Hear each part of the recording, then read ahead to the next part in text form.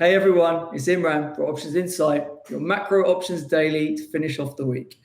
Okay, S&P having a decent bounce, holding on to those sort of levels down towards 3,900. Market's starting to think that PPI may give us a little read on CPI next week. And obviously PPI is very likely to come down given what's been going on with commodity prices, right? So if the market gets a whiff that PPI is going to lead CPI, we may well see a bit of a rally, and we're starting to see a bit of a bounce on the back of that. And then you've got University of Michigan sentiment data. Obviously, inflation expectations are going to be the key data point that the market's going to care about and look at. So look out for that. The China rally continues. So obviously, US indices up around 1%. European indices still going back to sleep and doing nothing. And China rallying a good few percent again. So the reopening story continuing to gain traction, as we mentioned in yesterday's daily.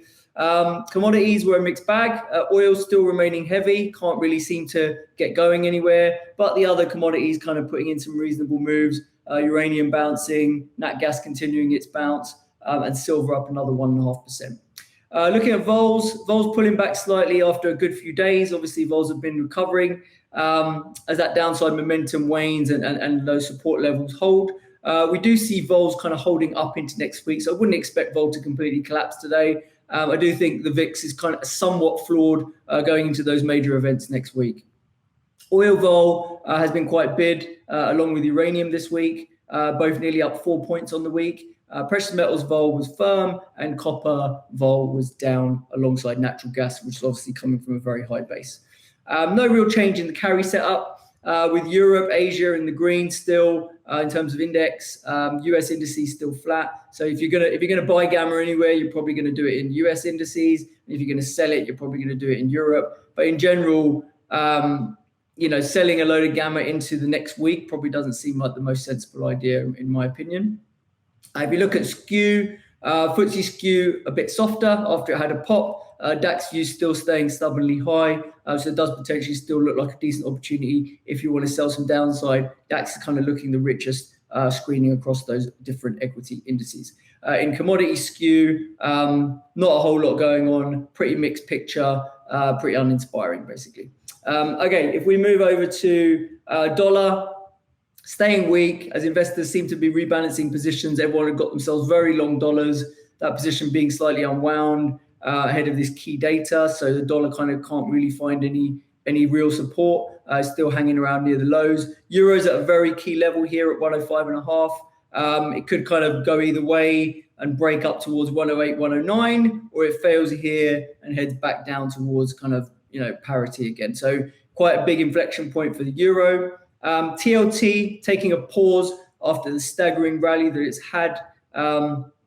Yield curves obviously mega inverted now, about as inverted as they've been in this cycle. So keep an eye there. Obviously recession signal, everyone's saying. And then sectors bouncing, except for XLE, which stays heavy alongside oil. But we did see ARC bouncing a couple of percent there, but it has had a decent move down. I think ARC's down probably 7% still on the week. So watch that space. FX vols down across the board. Macro stress seems to be slowly getting priced out of the markets. You're seeing vols down anywhere between half a vol and nearly a vol point across the board. We'd be wary of selling too much gamma. These absolute low levels of vol. Euro's gone sub 10 again. So single digit volatility in euro at a key inflection point with a load of macro data coming up. Doesn't really sound like the best setup to sell gamma, even if it is screening as positive carry right now, which you can see is from the 30% measure that we've got up here. So basically saying that, the front, and the reason it's 30%, like you might see that's table and say it doesn't make any sense. Why is it 30%? Because I've got realized at 8.7, I've got implied at 9.6. Bear in mind that implied at 9.6 is 1 month implied. So what we actually do to work out our carry value is we compare the weekly and the monthly vol. We take the average of the weekly and the monthly, and then we subtract that from the realized. So because the weekly options are inflated and the weekly options are pricing in some movement for next week, euro dollar weeklies are at like 14 vol, right? So that's why there is still positive carry there, because we're taking into account the idea that you don't necessarily just sell the 1 month, maybe you'll sell some shorter dated stuff as well. So we take that into account into the stuff we look at. Okay, anyway, like I said, I am expecting some sort of fireworks over the next week with these macro catalysts. So I'd expect this whole carry picture to kind of change up quite a lot as things kind of do move around on the data points. And then the only thing to call out on skew on this table is we saw a decent bounce in TLT skew. It had been hammered. It had flipped pretty aggressively towards calls, and it's now flipped back to close to neutral at 0.3 there. Obviously, the pause in the rally kind of helped. So people may be coming in and thinking hedging out some of that TLT exposure isn't a bad shout ahead of the events next week. Okay, now some really decent analysis pointed out by our friend Brent Donnelly over at Spectra Markets. So if we have a look, talking about PPI. So typically PPI, first of all, it comes out after CPI most of the time, right? But a few times a year it will come out before CPI. And what Brent's basically gone and done in this table that I've shared is he's looked back at when PPI was a decent predictor of a CPI miss. Okay, so basically what he's saying is 9 out of 15 times it has been a decent predictor. So the idea is that if we were to get a strong miss on PPI was to come in a lot lower, then that would give markets a potential read for what's going to happen on CPI next week, and markets will probably react to that to some extent. So we've seen CPI providing 5 sigma, 3 sigma type moves over recent months. So we know that the market is pretty aware of how big an event that CPI can be. So if we start to get a read on it, the market might start to front run that and react ahead of time. So don't be surprised if we do get a big sort of divergence from expectation on PPI today, the market starts to react as if that is, giving it a tell for what the CPI may be.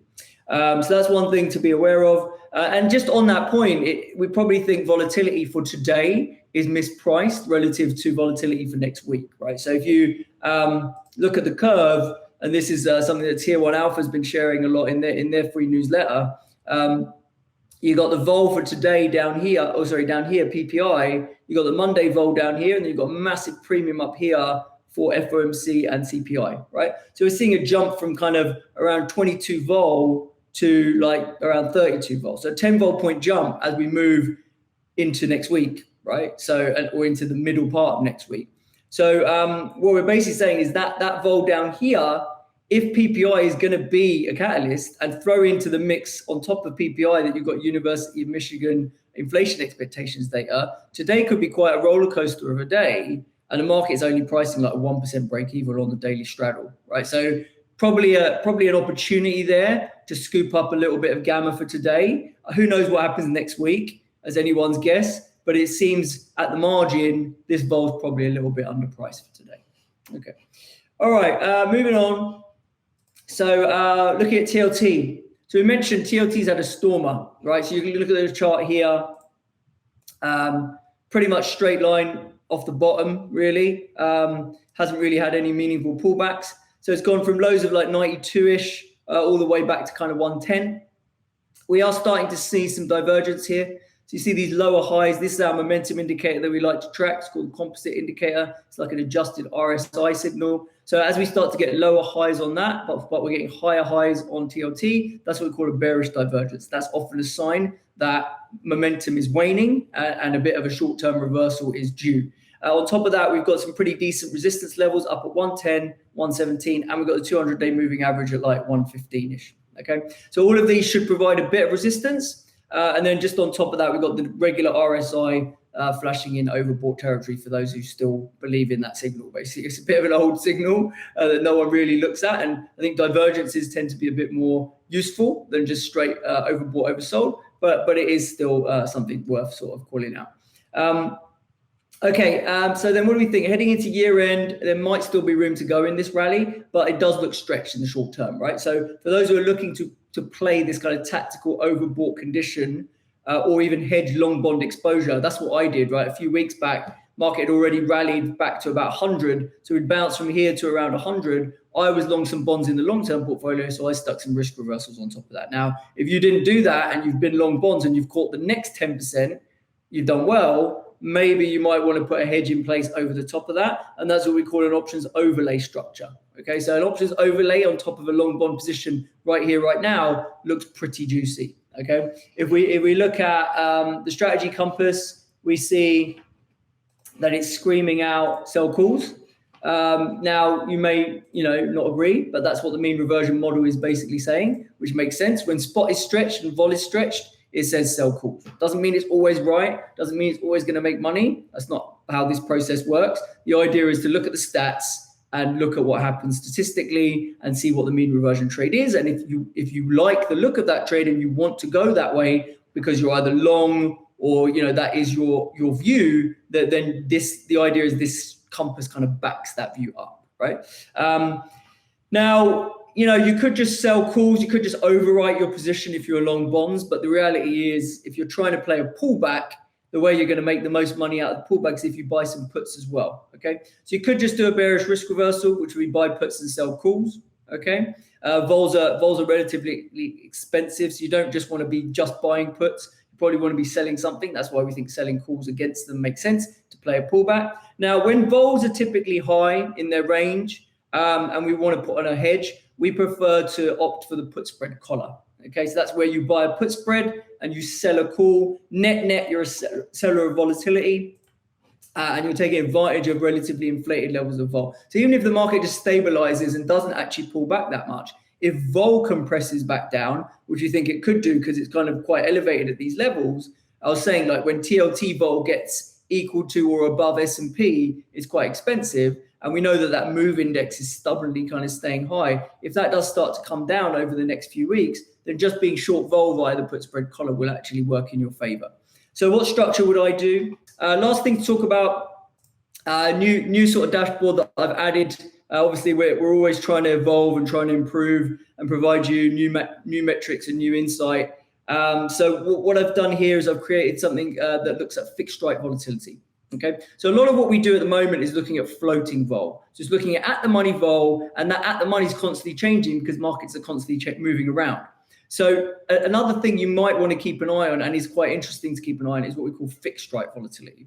So what we're doing here is we're saying for any given asset, let's call it we're looking at the Nasdaq at the moment, right? For any given asset, Nasdaq, the at the money is around 11.5. We look at all these various strikes that are 200 points lower, all the way down to down 20%. We do the same thing on the upside. We look at what the implied volatility is for those specific strikes in the main three expiries that are coming. So Jan, Feb, and March expiries. So the front three expiries. I'm kind of excluding December because it's too short dated now to really give you a meaningful volatility, okay? Because it's just pure gamma. Now we look at those and we compare them to how they've changed. So you can look at them on a daily basis or a weekly. I've looked at this on a weekly basis, right? And what do we see? So the Nasdaq's moved lower by about 3.5% on the week. Okay, realized volatility has remained quite high at 26 vol. Okay, as we've moved down, what has happened? Well, we've seen the term structure has popped, which is what you would normally expect on a move down. Okay. Now, and that term structure right there, that is the fixed strike term structure, okay? That's the term structure for the 11,500 strike. So it's not the floating term structure, it's the fixed strike term structure that has popped, okay? And also, look at the fixed strike volatilities. Anything below 11,000 is actually down in terms of implied vol, anywhere between, well, it's nearly a vol point, right? If we go deep down, like down 10, 15% strikes, they're down around 90 basis points in volatility. And then anything on the upside is actually up. That's the greens here, okay? So as the market is traded down, in terms of the actual strikes and the actual options that we're selling off into, they're not really catching that material a bid, certainly the stuff to the downside. And the upside calls that are now becoming more and more out of the money are actually catching a bid, okay? So what does that tell us? Well, that's kind of counter or contradictory to the narrative out there that the street is shorter and shorter gamma on the way down, okay? And markets are going to become more volatile on the way down.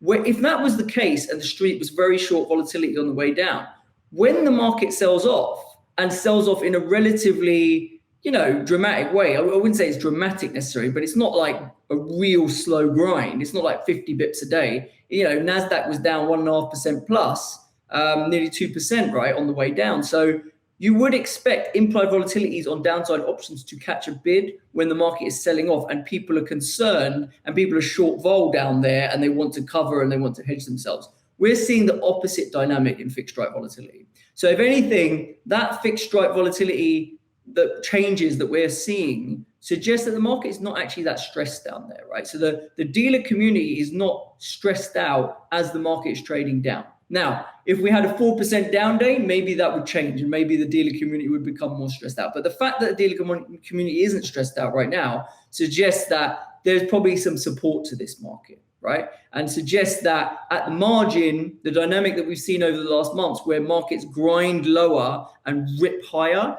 that dynamic is probably very much still in play from what we're seeing in fixed strike volatility. All right, that's all I wanted to say about that. As and when it makes sense to analyze this and show you this, I'm gonna drop this fixed strike vol template in there and see what's going on. You've obviously got the 3D surface here. It looks a bit funky in terms of 3D there, but I've split it into the front month there because as well, the front month is kind of the one that everyone really, really cares about and kind of moves the most and is the most sensitive to things. All right, cool. That's it for this week. And I'll catch you all next week. Good luck.